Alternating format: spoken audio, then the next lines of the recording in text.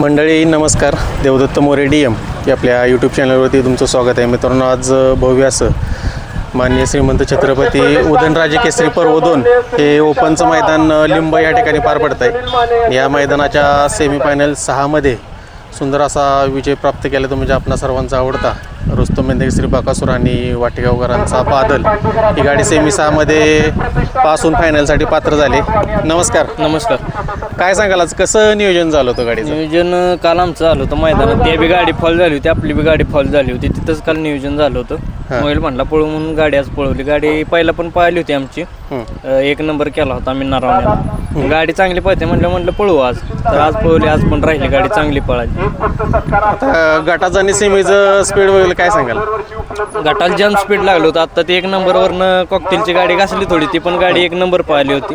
गटाला पण चांगली पळाली, आता पण चांगली पळाली होती ती गाडी. त्या गाडीत आपली गाडी आता लागली थोडक्यात.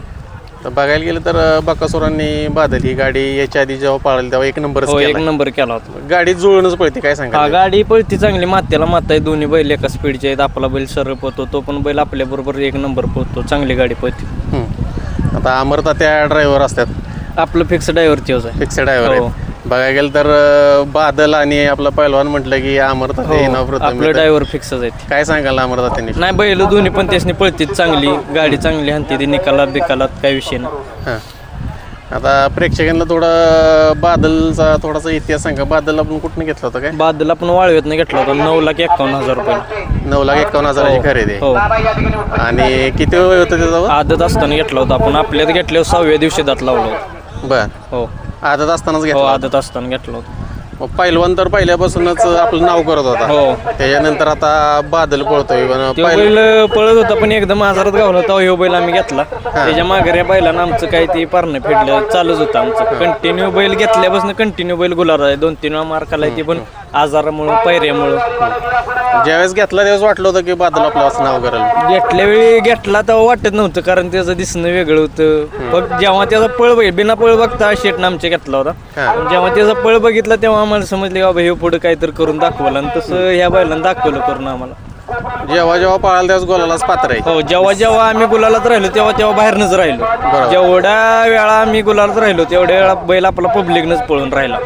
तसं बघायला तर बादलचं एक खासियत म्हणजे दोन्ही खांदी पब्लिक, दोन्ही खांदी बाहेरनं कुठनं पण येते. आतल्यापेक्षा बाहेरनं 2 उड्या जास्तच बैला जास्तच टाकतो. हो, 100%. आता आजची जर ही गाडी बघितली तर 4 खांदी फेट गाडी पण कशी पण येऊ दे, काही विषय नाही. आता कसं बघताय गाडीकडे? आता ही गाडी एवढ्या टॉप मध्ये पाहिजे, पण बऱ्याच दिवसानंतर आज आपल्याला पळताना दिसली. नाही, गाडी फिक्स गुलालात राहणार, त्याचा काही विषय नाही. आम्हाला कालच माहिती झालं होतं, कारण ही गाडी पळती चांगली, त्यामुळे काही विषय नाही. आणि दोन्ही पण बैल टॉपची, त्यामुळे काही विषयच घ्यायचा नाही. कुठनं पण येऊ दे, कशी पण येऊ दे. बादल आपल्या कोणाच्या नावानं पळतो? यशवंतराव भाऊ अंबरनाथ मोहनदादा चव्हाण वाटेगाव. शेड मुंबईमध्येच असतो. हो. मैदानात कधीच येत नाही. येते ती, आता मागली वेळ आले होते. आता ते बिझनेस आहे त्यामुळं. आता आपला बादल बरोबर पळाला या बैलगाडी शर्यत क्षेत्रामध्ये, ज्याला देव समजत असा बकासूर. बकासूर विषयी काय सांगाल? त्या बैलाचा काही विषयच घ्यायचा नाही. दररोज पळून तो बैल 1 नंबर करू शकतो. त्या बैलाचा नाद कोण करू शकणार नाही, इथून पुढे कुणाला जमणार पण नाही. तो बैल तो देव म्हणते, त्यात काही चुकी नाही त्या बैलाला. हाय का तर हाय देव 100%. आता बघायला तर बघा, आता आपला बादल पळतोय. बरेच नंदी तुमच्याकडे पण होऊन गेले, अजून पण होतील. पण बकासूरचं की वेगळे पण आपण जसं आता तुम्ही म्हटला की 1 दिवस किंवा 2 दिवस सलग जरी पळायचं म्हटलं तर त्या बैला दम, त्या बैला सारखा कोणाच्या गांडीत दम पण नाही. दररोज पळून तो बैल 1 नंबर करू शकतो. असा कुठल्याच बैला गांडीत दम नाही, तसा त्या बैलात आहे. त्यामुळं ह्या क्षेत्रावर त्यानं अधिराज्य केले, तर ह्या गुणामुळे त्यानं ह्या क्षेत्रावर अधिराज्य केलेलं आहे. आता मोबाईल शेट असतील, मामा असतील, यांच्याविषयी काय सांगाल? ते आपल्याला कधीच नाही म्हणणार नाहीत, आणि आपण कधी पण फोन करू दे. 100% पायरा झालेला असला तर मोडून आपल्याला देणार. आता कुठंतरी कालच्या मैदानात दोन्ही गाड्या पळवल्या त्या, थोडासा गट. दोन्ही पण गाड्या लागल्या, पण दोन्ही पण गाड्या फॉल झाल्या होत्या. त्यामुळे त्यांच्या पण डोसक्यात आलं की बाबा ही गाडी पळू, आपली चांगली पळाल्या.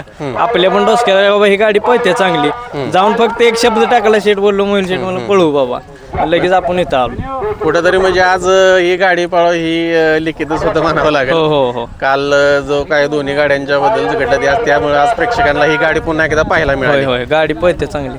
आणि आपण जेव्हा पण बघतो, आता पहिला पण त्यांनी 1 नंबर केलेला आहे. आता पण गटाला असू द्या, सेमीला असू द्या, गाडीला अशी सुंदर असं पळ लागताना एक मतानं पळते अशी गाडी हो गाडी चांगली पण मात्याला मात आहे त्यामुळं इकडं तिकडे गाडी होत नाही एक स्ट्रेट गाडी पळते इकडे तिकडे काय भानगड नाही. आता सिमीमध्ये तो हे पण पळाला कॉकटेल. ती गाडी एक नंबर ती पण, पळाली आम्हाला म्हणजे थोडं चांगलं भीतीच पळालं वाटत होती पण गाडी ती एक नंबर पळाली त्या गाडीचा काही विषय नाही गाडी चांगली आपली गाडी जर चुकून होती तर ती गाडी अंतरण सगळ्या गाड्या मारते येत. बरोबर आहे. हो गाडी चांगली आपण पळाली. म्हणतो की कुठेतरी हा खेळ आहे जो पळाला त्याला पळलंच हो म्हटलं पाहिजे. पळाल त्याला पळ आपला आपला आहे म्हणून आपण म्हणाने आपला नाही पळाल तर नाहीच पळाला म्हटलं पाहिजे बरोबर बरोबर कारण दुसऱ्याच्या नंदीला नाव ठेवून नाही चालत. बरोबर आहे. मित्रांनो बघू शकताय बादल आहे बकासूर आहे आता फायनलला देखील पळणार जाणार आहेत आणि कुठेतरी ही गाडी याच्या आधी पळून एक नंबर केल्यानं आजही तशाच पद्धतीचा पराक्रम करून दाखवला आणि प्रेक्षकांना आणि त्यांच्या मालकांना गुलाल तर मिळालाच आहे आणि एक नंबरचा गुलाल मिळवून दिली हीच अपेक्षा. धन्यवाद. धन्यवाद.